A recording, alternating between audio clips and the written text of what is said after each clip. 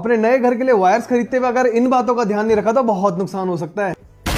लेकिन जानने से पहले फॉलो बटन पे क्लिक कर लो, क्योंकि हम रोज ऐसी इलेक्ट्रिकल नॉलेज पे वीडियोस बनाते रहते हैं। सबसे पहले ये जानना बहुत जरूरी है कि जो वायर आप परचेस कर रहे हैं वो 100% प्योर कॉपर की है या नहीं है, क्योंकि लोकल मार्केट्स के अंदर कई वेंडर्स ऐसे होते हैं जो एल्यूमिनियम मिक्स वाली या फिर 100% एल्यूमिनियम वाली वायर कॉपर कह के बेच देते हैं और वो सस्ती पड़ती है तो लोगों ने परचेस भी कर लेते हैं। इसे टेस्ट करने के लिए आपको वायर के एक स्ट्रैंड को जला के देखना होता है। अगर वो स्ट्रैंड इजीली मेल्ट हो जाता है तो फिर जरूर उसके अंदर कुछ ना कुछ मिक्सिंग है, इधर चाइना कॉपर के अंदर है या फिर वो एल्यूमिनियम के अंदर है। और वो स्ट्रैंड अगर बर्न नहीं होता तो फिर वो 100% प्योर कॉपर का है। सेकेंडली, आपको वायर की आउटर लेयर यानी कि उसकी जो पीवीसी होती है उसकी क्वालिटी को टेस्ट करना बहुत जरूरी होता है, वो एफआर ग्रेड की है या नहीं है। इसे टेस्ट करने के लिए भी आपको वायर को जला के देखना पड़ेगा। उसकी जो आउटर लेयर है अगर वो फ्लेम को पकड़ लेती है यानी कि उसके ऊपर आग आ जाती है तो उस चीज को तो अपने घर से बिल्कुल दूर रखना, क्योंकि जो असली एफआर वायर होती है वो कभी भी आग नहीं पकड़ती। अगर आप किसी बहुत ही ठंडी जगह से हैं तो थर्ड पॉइंट के अंदर आपको एक टेस्ट और करना पड़ेगा, जिसके अंदर आपको एक वायर के स्ट्रैंड को फ्रीजर के अंदर रात भर के लिए छोड़ना पड़ेगा